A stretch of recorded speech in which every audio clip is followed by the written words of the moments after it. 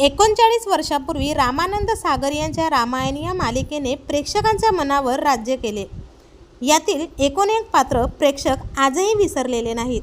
अगदी श्रीरामांपासून ते रावणापर्यंतची सर्वच पात्र प्रेक्षकाने आपलीशी केलेली. या मालिकेचा फायदा त्यात काम करणाऱ्या सर्वच कलाकारांना झाला होता. आज आम्ही तुम्हाला विभीषण हे पात्र साकारणाऱ्या कलाकारांबद्दल सांगणार आहोत, ज्यांचा अंत हा अत्यंत भयानक झाला.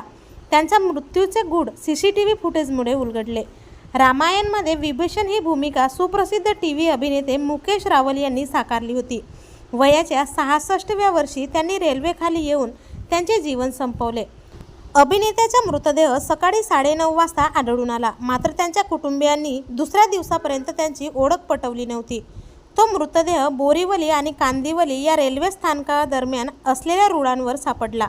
विभीषण हा लंकेचा राजा रावणाचा भाऊ होता, पण तरीही त्याने स्वतःला प्रभू श्रीरामांचा एक निस्सीम भक्त म्हणून सिद्ध केले. अभिनेते मुकेश रावल यांनी ही भूमिका इतक्या सुंदरपणे साकारली की आजही लोक ते विसरलेले नाहीत. पुढे रामानंद सागर यांच्यामुळे त्यांच्या आयुष्याला कलाटणी मिळाली असे देखील म्हटले जाते. त्यांच्या मृत्यूनंतर एक CCTV फुटेजही समोर आले होते, ज्यामध्ये ते रेल्वे ट्रॅकवर ट्रेनसमोर उडी मारताना दिसले होते. तर आपल्या चॅनलच्या परिवारातर्फे या दिग्गज अभिनेत्याला भावपूर्ण श्रद्धांजली. मनोरंजन विश्वातील असेच महत्त्वपूर्ण अपडेट जाणून घेण्यासाठी चॅनलला नक्की सबस्क्राईब करा.